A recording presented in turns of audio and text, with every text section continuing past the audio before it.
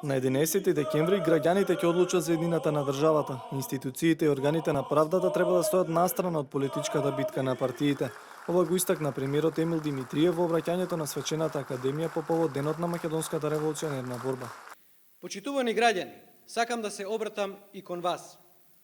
На престојните избори вие одлучувате. Вие и никој друг. Ниту партиите, ниту специјалните органи, ниту пак институциите. Вие, граѓаните, сте над сите овие категории. Граѓаните на Република Македонија се носители на суверенитетот на оваа земја.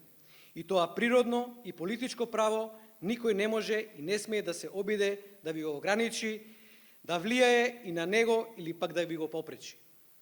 Тој потенцираше дека фер и демократски избори се единствениот излез од политичката криза, која има негативен ефект врз секојдневниот живот на граѓаните. Димитриев рече дека оние кои ќе инвестираат во крајот на кризата ќе бидат наградени од граѓаните, додека оние кои ја создаваат и се обидуваат да ја продолжат ќе наидат на осуда. На граѓаните им е преку глава од политичката криза. Целото општество е во своевиден грч. Предолго време сите ние сме заложници на наметната криза, која сите нас не дефокусира од решавањето на главните проблеми со кои се соочува нашиот народ. Болно е и тоа што ова криза има рефлексија на секојдневието на граѓаните. Ова мора да запре. Изборите на 11 декември се единствено решение на политичката криза.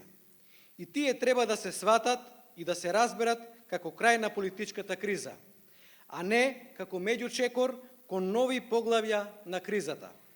Димитриев изјави дека по изборите на сцена треба да стапат вредностите, соработката и пријателството меѓу граѓаните, бидејќи само обединети можеме да ги оствариме стратешките цели и определби на Македонија.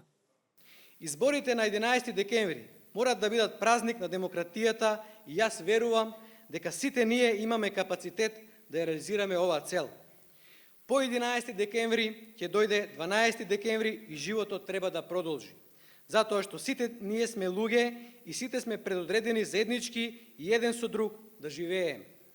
Не сме многу, па да си дозволуваме луксузирање со поделби, закрвувања и несогласувања. Партијата која ќе освои помалку гласови треба да честита на победникот и тоа да го прифати како порака од народот. Првиот човек на владата вели дека додека во минатото желба на народот била слободна Македонија, сега стремежот покрај подобрата економија е интеграцијата во Европската унија и НАТО. Реформите во таа насока продолжуваат за државата и понатаму да бележи напредок, заклучи Димитриев.